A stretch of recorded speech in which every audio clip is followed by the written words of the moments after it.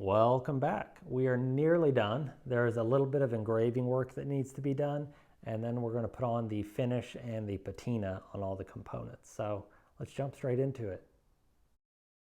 When we left off last week, we had just finished rough shaping the handle. Before we move on to applying the finish, I want to clean that up a little bit, and there's also a few more details I want to add. To clean up all the grinding marks, I'm going to be using these small whetstone sticks. I'm not sure this is their intended use, but they actually worked very well for it. I was able to shape the end of the sticks to really get down into some of the tighter grooves.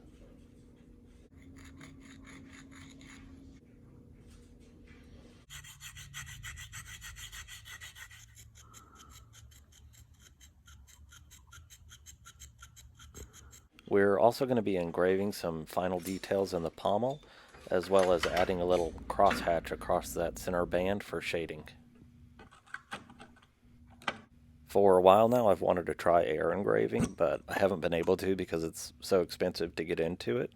But I did just recently discover that GRS makes an air engraving kit that will work with a standard air compressor, which makes it quite a bit cheaper but still pretty expensive.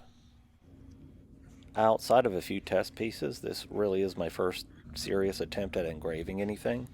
I still mostly have no idea what I'm doing with this, but I have learned a couple of things.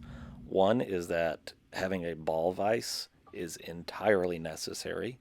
You need to be able to move your workpiece quickly to keep up with the engraver, but you still need your piece to be stable, and the ball vise lets you do that.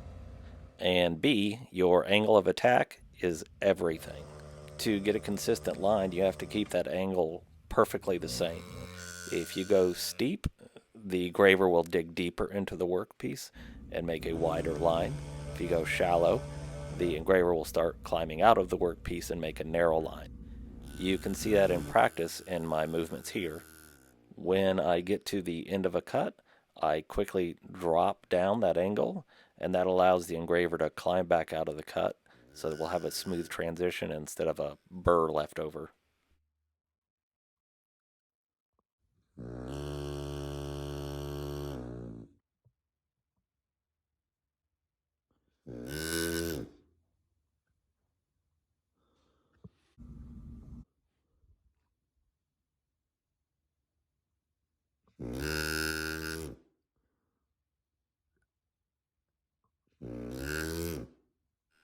I'm starting simple, so we're just going to do a few stars around the perimeter and call it good.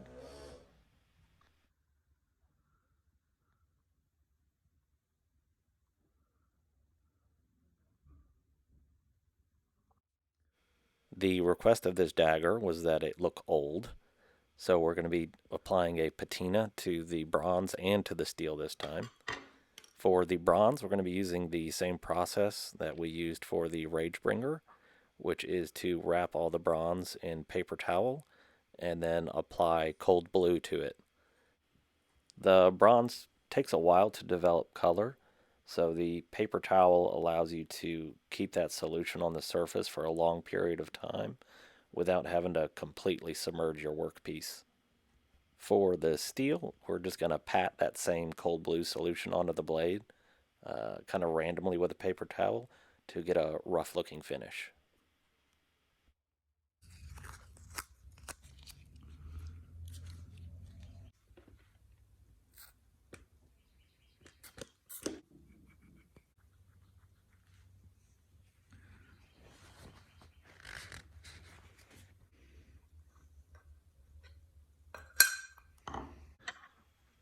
For the wood, it was requested that it be black. I first tried to use some wood stain, some black wood stain, and that just really didn't develop a very nice color. It looked pretty bad. The lesson here is that I probably should have tried out multiple stains on multiple types of wood a little earlier in the process. The only other thing I had on hand was black spray paint, so I gave it a shot. I taped off all the bronze details, and then I gave a few quick thin coats of the black spray enamel.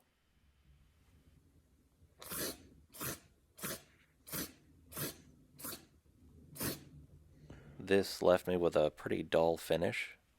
I tried to brighten that up just a little bit with some automotive sandpaper.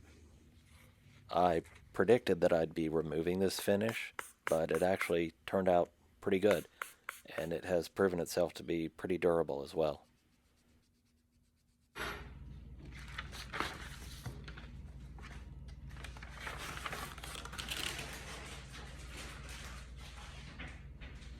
It is done, and don't worry, there's some beauty shots of it coming. But first, I just wanted to say thank you to everyone for watching all the way to the end. I really appreciate it.